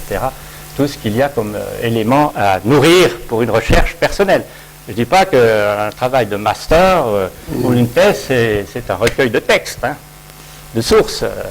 C'est au contraire la digestion de ces informations et s'essayer de les prolonger vers autre chose, notamment reprendre les documents américains, français, allemands. Par exemple, toute cette affaire, il y a certainement les services secrets français savaient 1000 fois mieux ce que faisaient M. Voisani et ses amis en Suisse ou en France et ailleurs que les Suisses. Les Suisses, on n'a pas de police, on n'a même pas encore maintenant de police fédérale, les polices, c'est local, enfin bref, il y a un service de renseignement comme ça, quand il y a des choses très précises, mais on sait que les services secrets étrangers surveillent de façon bien plus efficace, alors que c'est contraire à la déontologie, sur notre territoire, les présences de toutes sortes de réfugiés. Ça, on le sait, on ferme les yeux, par ça. Les Américains parfois ont voulu faire des choses vraiment totalement inadmissibles dans la guerre froide. Et Berne s'est opposé, il a dit non, il n'en est pas question, etc. De collaborer dans ce genre de choses. Maintenant, à l'ère du terrorisme, évidemment, vous voyez, on a changé d'échelle. Hein. C'est très grave ce qu'on est en train d'assumer. Alors, juste rapidement, avec trois autres documents. Le document numéro suivant, que vous aviez prévu, voilà. J'ai trouvé très très intéressant. Et pourquoi? Pour toutes sortes de raisons par rapport à ce que j'explique. À quoi peuvent servir les documents diplomatiques? Pas simplement à l'histoire des relations diplomatiques entre deux pays, mais à connaître l'idéologie, les mentalités, les représentations que les uns ont des autres des différents acteurs. Et là, j'ai le compte-rendu du ministre, ambassadeur, comme vous voulez, de Suisse à Paris, et qui rencontre un des principaux, disons, responsables du dossier nord-africain au sein du gouvernement français. Il est secrétaire d'État, Alain Savary, bien connu, socialiste, etc. Et il résume, vraiment c'est très intéressant ce document, parce qu'il résume le statut actuel du Maroc, qui repose toujours, on est en 56, sur l'acte d'Algésiras. C'est Savary qui parle. Hein. On peut définir un pacte colonial aux dépens du Maroc, il cite entre guillemets, pacte colonial aux dépens du Maroc et au profit de quelques puissances au nom du monde civilisé d'alors. Cet acte prescrit notamment dans son préambule la souveraineté chérifienne, l'unité du territoire, l'égalité de droits des puissances signataires, etc. Ensuite, il commente, c'est intéressant, en un paragraphe, le traité de Fès, qu'est-ce que ça apporte, etc. Le régime juridique a des conséquences notamment dans le domaine économique. Il explique tout ça, l'époque d'Algésiras, enfin bref, les droits de douane sur la base des accords d'Algésiras. Je ne sais pas si des étudiants réussiraient un examen sur les droits de douane à l'époque du pacte des traités d'Algésiras. C'est très intéressant. Et puis, il parle ensuite d'une dimension plus politique. On est en pleine négociation. Contrairement à ce qu'on s'imagine, le 2 mars, ce n'est pas l'indépendance encore. C'est un protocole qui annonce la négociation. La négociation, oui. Au Maroc, je ne sais pas combien de personnes sont conscientes de ce cheminement. Le pacte d'Algésiras, c'est de 1906. Ouais. Alors ici, mon interlocuteur, donc M. Savary, c'est lui qui suit cette affaire, m'assure que le sultan et son gouvernement, jusqu'à présent, n'ont pas manifesté l'intention de se libérer totalement des dispositions du traité d'Algésiras. Bien entendu, sur des points essentiels comme celui des douanes, auxquels nous venons de faire allusion, ce traité devra être amendé. Au fur et à mesure qu'ils abordent leurs tâches sur le plan pratique, le sultan et son gouvernement actuel deviennent réalistes et ne demandent pas à faire du nouveau à tout prix. Ainsi, sur la base du protocole franco-marocain du 2 mars, fixant le statut du pays pour la période intérimaire actuelle, donc c'est une période vraiment intérimaire, le gouvernement marocain a demandé à la France de continuer à assurer la protection vis-à-vis des autorités marocaines de tous les ressortissants étrangers. Ça, tu connais par cœur, évidemment, mais c'est une petite nuance intéressante. Il est probable que quelque chose de cet état de fait subsistera, au moins pendant un certain délai, dans le statut définitif, lequel, du train dont vont les négociations, pourra ne pas être fixé avant l'automne prochain. Même les tribunaux français ou mixtes continueront vraisemblablement à subsister dans les cas où un Français ou un étranger seront défendeurs, etc.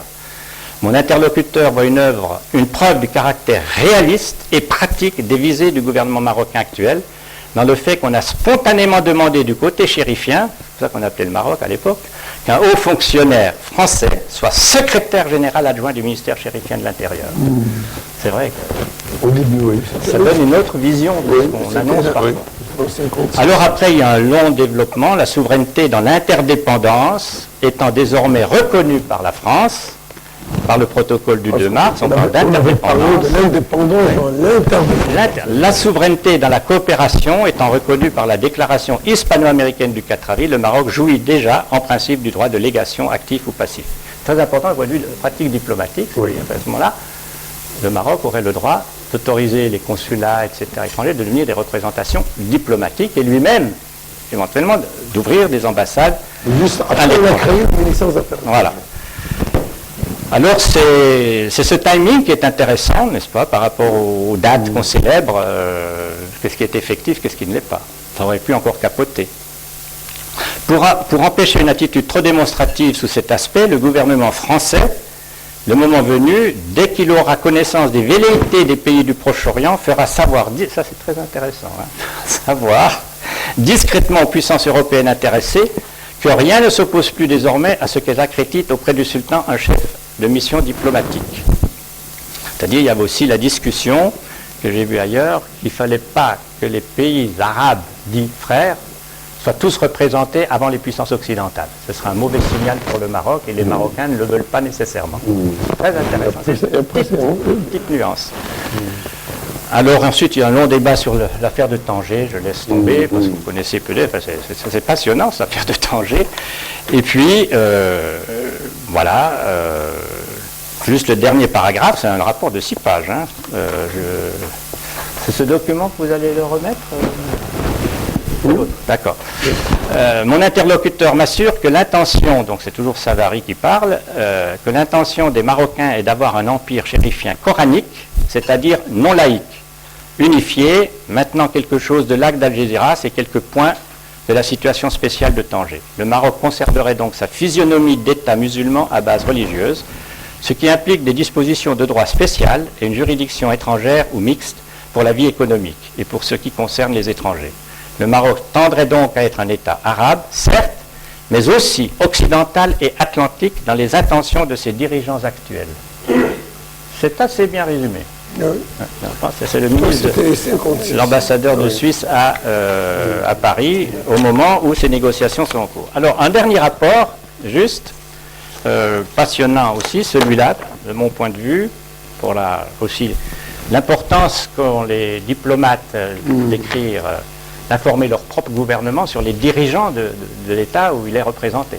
C'est très important. Et comment ces dirigeants pensent, quelle image ils ont de votre État que vous représentez. Alors ici, il y a le résumé, effectivement, ministre, là, qui tourne pour un monsieur qui connaissait très très bien le Maroc parce qu'il avait été pendant des années consul général. Il connaît tout le monde, le sultan lui rendait moult services quand il voulait aller en Suisse, etc. Donc ce monsieur raconte effectuer une première tournée de visite protocolaire. Donc il vient d'être nommé ministre, il n'y avait pas d'ambassadeur encore. C'était consul avant, maintenant il est devenu ministre, donc on a créé une légation. La Suisse n'avait pas encore d'ambassade. C'est un petit pays qui ne veut pas payer cher.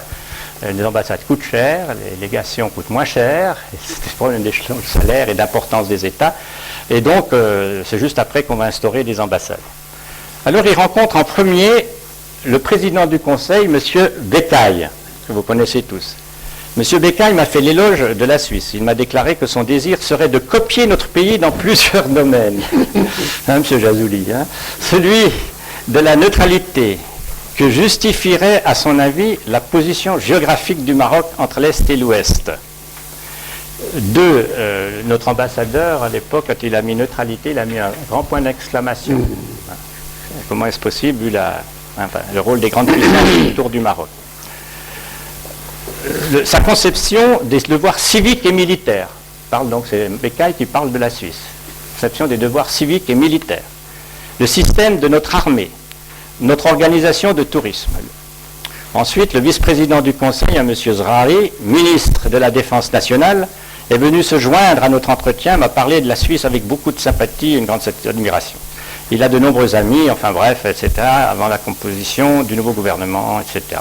J'ai profité de cette ambiance favorable pour relever l'intérêt qu'il y aurait à dissiper les inquiétudes qui se manifestent depuis les événements de Meknès parmi nos compatriotes en examinant leurs demandes d'éligibilité le plus rapidement possible.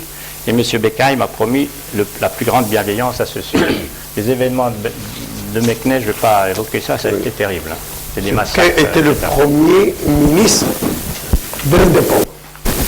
Ouais. Alors, l'ambassadeur de Grande-Bretagne, qu'est-ce qu'il pense du Maroc? Intéressant. Ambassadeur. Voilà.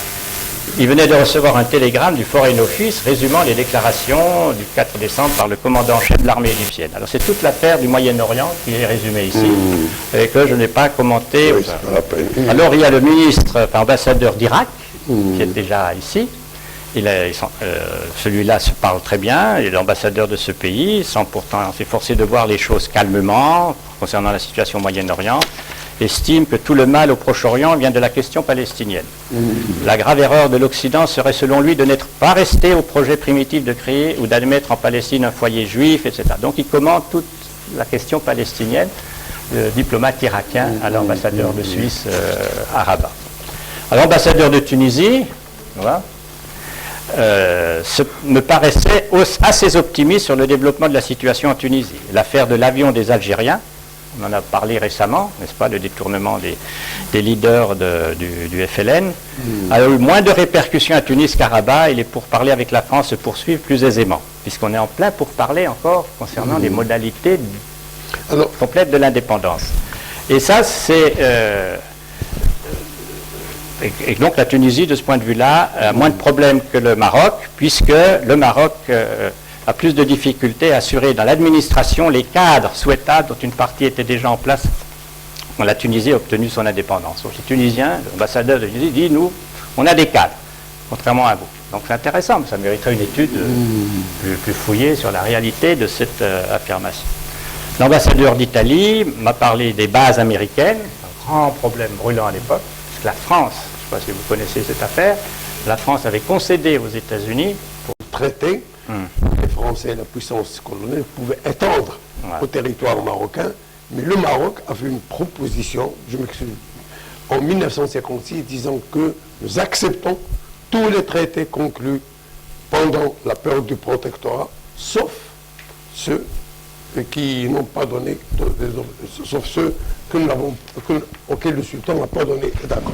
Parce que finalement, pour qu'un accord soit applicable pendant la période du protectorat, à la différence des colonies, il fallait que le sultan donne son accord. Voilà, exactement. Et comme le sultan n'a pas donné son accord pour cet accord, donc, pour eux, il n'existait pas du tout. Voilà. Alors ensuite, il y a un long passage sur l'entretien de l'ambassadeur suisse avec l'ambassadeur des États-Unis, c'est tout ça extrêmement passionnant, et qui montre que les Marocains ne devaient pas se faire d'illusions sur... le partenariat privilégié ou autre avec les États-Unis, les Américains, ça c'est bien documenté par l'historiographie, préférait évidemment avoir de bons termes avec la France et pas venir marcher sur la plate-bande de la France. Il le dit texto au ministre de Suisse, le Maroc c'est l'affaire de la France, etc. On vient bien essayer d'un petit peu aider, au principe d'une aide au Maroc, mais n'empiétons pas sur cette plate-bande de la France. Ensuite, alors là, c'est l'entretien avec l'ambassadeur de France. Avant c'était le résident, maintenant c'est un ambassadeur. C'est un monsieur Lalouette, ministre plénipotentiaire, etc., provisoire. Alors ils ont déjeuné, ils ont discuté. J'ai eu des informations qui confirment la détente que je vous ai signalée dans ma dernière lettre entre le Maroc et la France. Monsieur Lalouette rentrait d'une tournée au Maroc qui avait pour but d'expliquer aux Français, donc qui sont ici, la situation et de leur demander de rester dans le pays et d'avoir confiance. Ça c'est très bien.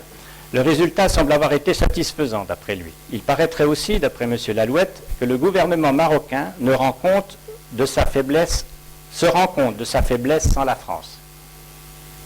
Les Marocains se rendent compte qu'ils sont faibles sans la France. Les déclarations du prince impérial, c'est Hassan II, de retour des États-Unis, confirment cette impression. Donc il sera allé aux États-Unis, il a été sans doute bien reçu, mais il est rentré sans grande cueillette au niveau moyen. C'est ce que semble dire ici. Il s'agit maintenant d'éviter de nouveaux heurts, et d'après mon interlocuteur français, je le cite, ça m'a fait rigoler quand j'ai lu ça, de guider et d'aider le Maroc comme un adulte guiderait un enfant. Alors Monsieur Lalouette m'a déclaré à peu près dans les mêmes termes dont je me suis servi lors de notre entretien à Berne, qu'une page était tournée et que les Français du Maroc devaient se rendre compte qu'ils avaient maintenant une nouvelle mission à accomplir. Paris et l'ambassade sont fermement décidés à appuyer dorénavant, dans toute la mesure du possible, le sultan, la meilleure carte à jouer. Très intéressant. Le ministre marocain des Affaires étrangères, c'est la suite, qu'il a rencontré, M. Balafrège, que j'ai vu en dernier lieu, vient de me confirmer ce qui précède, tout ce qu'il a interprété, notre diplomate, Balafrège confirme. En ce qui concerne l'aide américaine, la détente intervenue dans les rapports avec la France, etc. Les experts français sont arrivés, les pourparlers commencent, la bouderie doit cesser, a-t-il ajouté. C'est les mots de M. Balafrège, en employant un mot déjà prononcé par le prince héritier. La France a des intérêts trop importants au Maroc et le Maroc a un intérêt trop considérable à maintenir des relations amicales avec les pays occidentaux, notamment la France, pour ne pas souhaiter la fin des heurts et des malentendus. Puis il a aussi eu des entretiens avec le ministre de l'Intérieur, le ministre de l'Agriculture, qui m'ont tous confirmé le désir du gouvernement marocain d'assurer la sécurité de nos compatriotes. Enfin voilà, la Suisse a une toute petite communauté ici, il y a 2500 personnes en gros dans cette communauté. Voilà, au fond,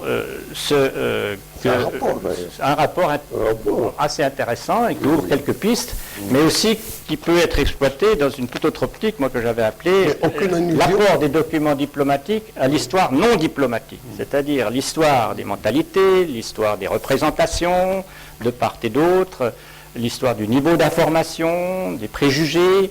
Donc c'est une mine de renseignements parce qu'il y a l'idéologie du diplomate qui mériterait aussi d'être quelle est sa formation, quelles sont ses préférences. Il y a des diplomates racistes, il y a des diplomates qui sont au contraire ouverts aux peuples vers lesquels ils se dirigent, ils ont appris les langues, les dialectes, etc. Donc c'est une mine en quelque sorte de renseignements et peuvent être utiles aussi dans la conduite des affaires internationales par la nécessité de connaître. N'est-ce pas, la règle d'airain du négociateur, pour réussir, c'est de connaître le plus exactement possible les limites, les désirs, les difficultés de son partenaire.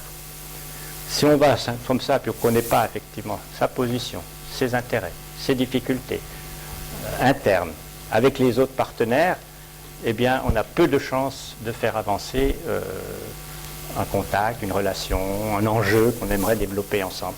Et ça, c'est des leçons qu'on peut retirer effectivement de la diplomatie. C'est pour ça qu'il faut une histoire. Il faut une histoire de la diplomatie, il faut une histoire des relations internationales. Non pas parce que l'histoire se répète, elle ne se répète jamais, mais il y a énormément d'analogies. Et les analogies nourrissent la réflexion, permettent d'avoir du sang-froid face à une adversité, d'éviter ces heurts qu'il y a entre voisins, comme il y en a maintenant. C'est vraiment... S'il y avait une vision de l'histoire du Maghreb, mais il y a belle lurette qu'on aurait réglé ces problèmes qui n'intéressent personne, sauf quelques groupes privés dans le Maghreb même. Vu de l'extérieur, personne n'a intérêt à ces chamailleries entre voisins, parce qu'on est très... Comme les Suisses, ils détestent qu'il y ait des problèmes entre les Allemands et les Français, parce qu'ils sont tous les deux nos principaux partenaires. Donc on ne veut pas nous obliger à choisir l'Allemagne contre la France ou la France contre l'Allemagne. C'est tout le problème qu'on a avec l'Europe. Obtenir des appuis de tous, oui, mais de dire après tout on va à l'Europe avec le seul appui de l'Allemagne, alors autant dire que les autres vont tout de suite émettre des obstacles. Donc il faut être bien avec tout le monde et viser à l'harmonie. Et je pense qu'une connaissance historique, enfin moi c'est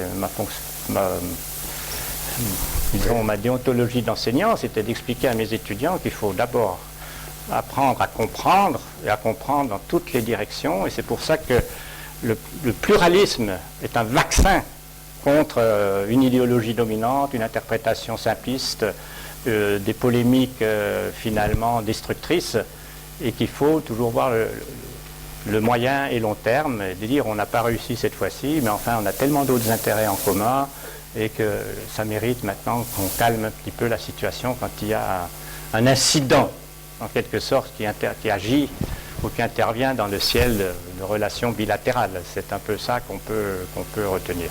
Je n'ai pas pu développer évidemment du rôle aussi de la documentation internationale, des organisations internationales. C'est énorme pour vous, mais je pense que ça peut...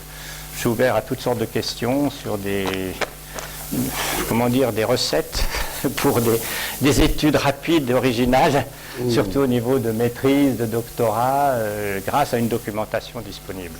Parce qu'on est envahi en fait. Mais enfin, pour pouvoir y accéder, il y a quand même une condition. C'est les langues. Oui.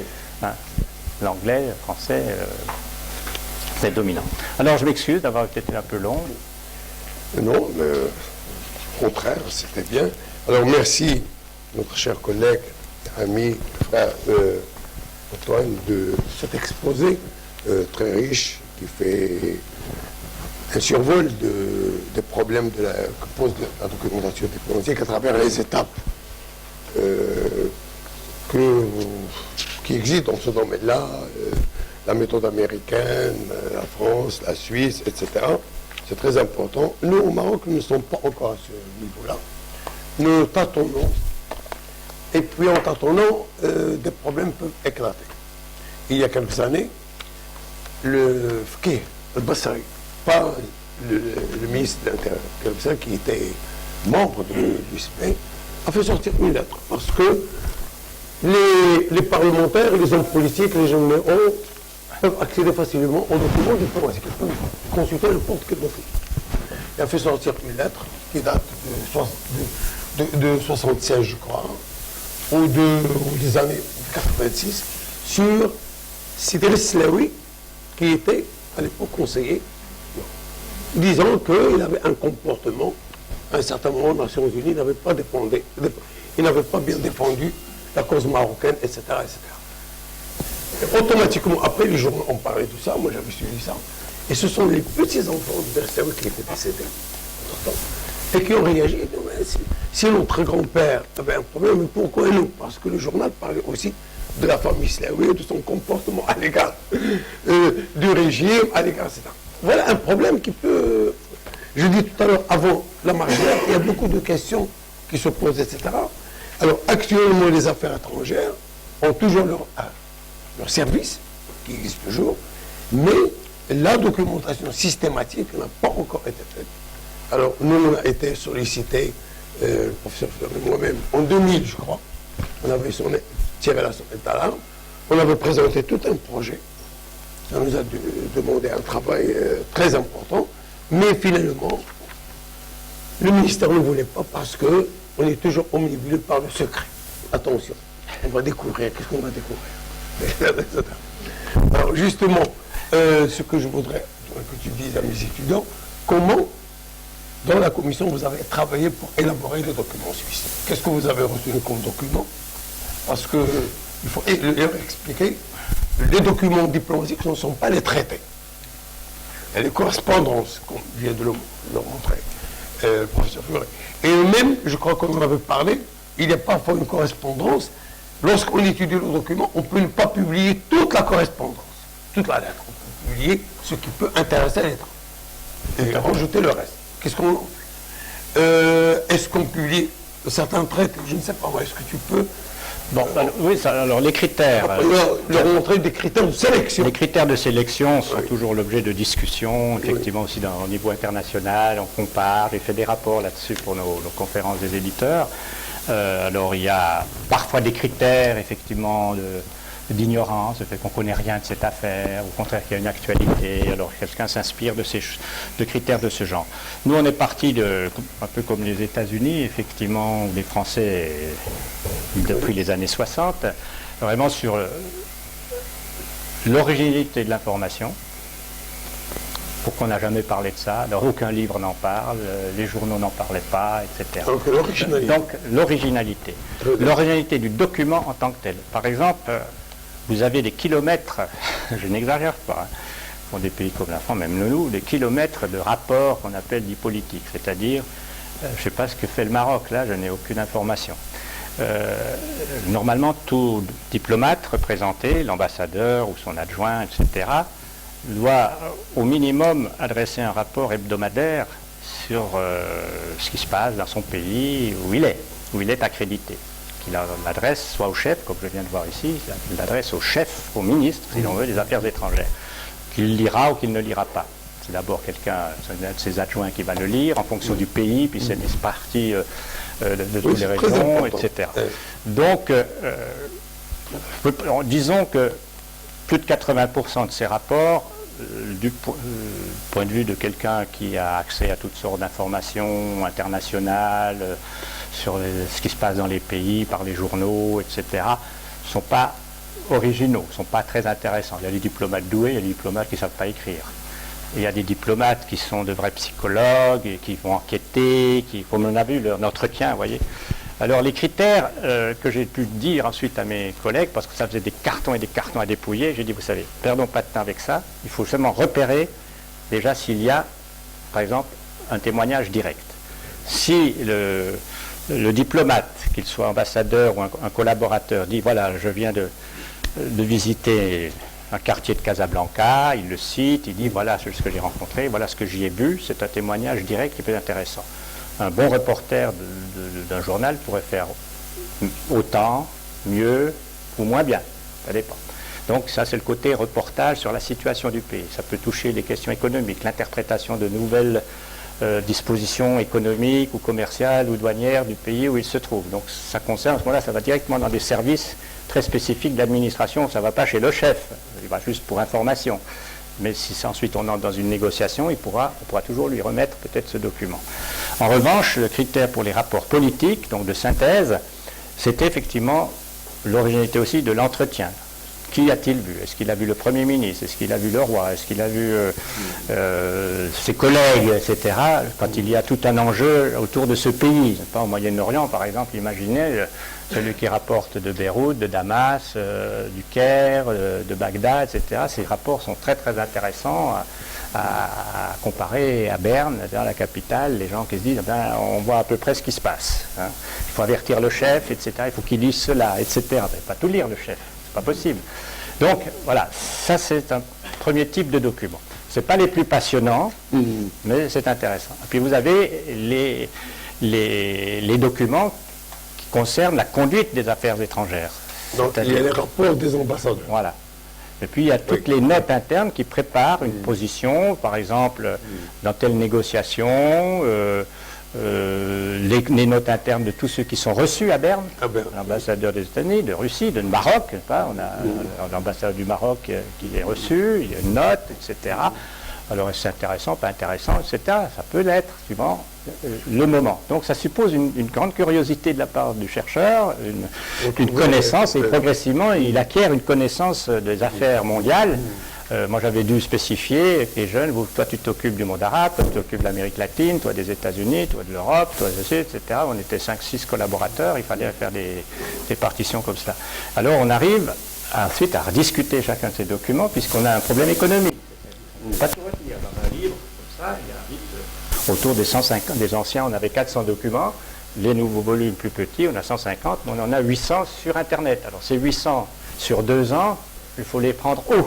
Quels sont les plus pertinents pour expliquer la position internationale? Moi, j'aime pas trop utiliser le mot politique étrangère, mais la position internationale du pays, ça peut être à l'ONU, ça peut être au Fonds monétaire international, ça peut être à l'OMS, ça peut être toutes sortes d'autres enjeux de société d'aujourd'hui.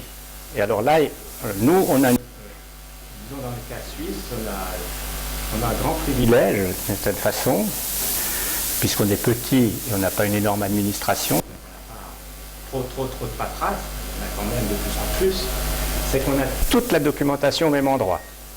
Donc, dès le départ, nous avons conçu, et c'est valable pour tous les pays en fait, mais c'est structuré différemment. C'est-à-dire, la politique étrangère, ce qu'on appelait politique, avant 1914, c'est devenu marginal. Maintenant, ce sont les relations internationales.